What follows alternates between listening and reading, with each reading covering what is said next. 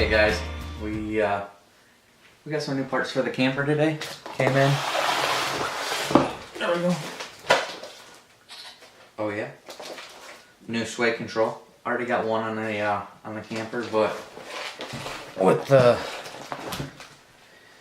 size of it, we need to upgrade it to. They say anything over 26 feet, you need to run 2 of these. We've got one of them, but we're pushing, I think, to the tongue of the trailer. I think we're right around 35 feet. So we're getting ready to go to Indiana in a couple weeks. I want to get this on there and get it tested out and set correct. We'll get outside, get the truck backed up, hook up to the camper, and we'll get working on this. I'll see you guys in a little bit.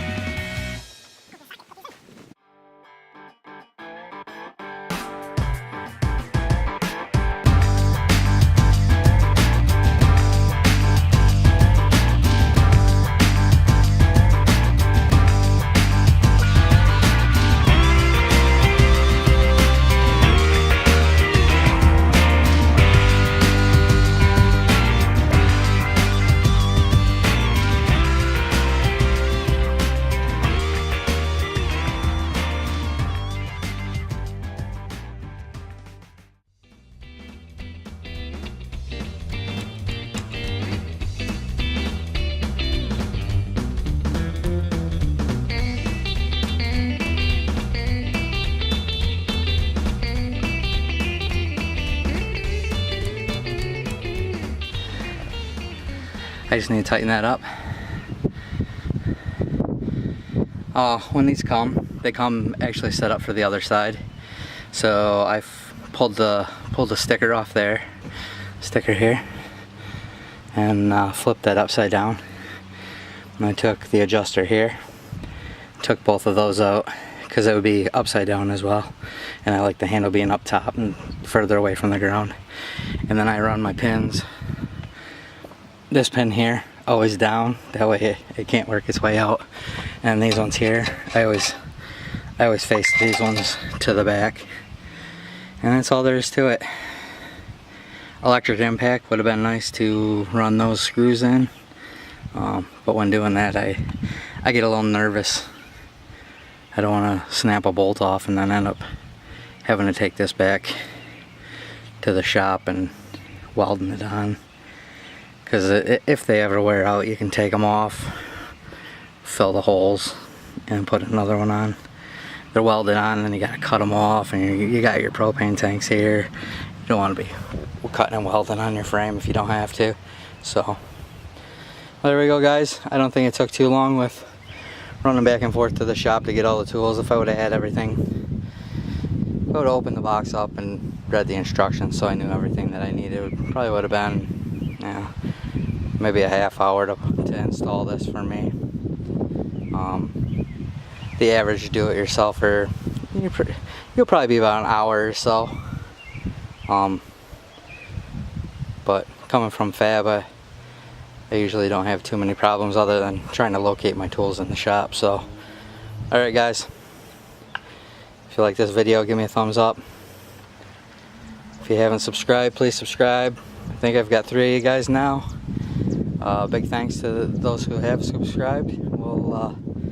We got a new camera. I shot this whole thing here with my new Canon T5i, and then this will be the first video I edit on my new MacBook Pro. I bought that this weekend because my desktop died. So hopefully we get rolling with some videos, but that's gonna do it for this one, guys. So thanks for watching. Talk to you later.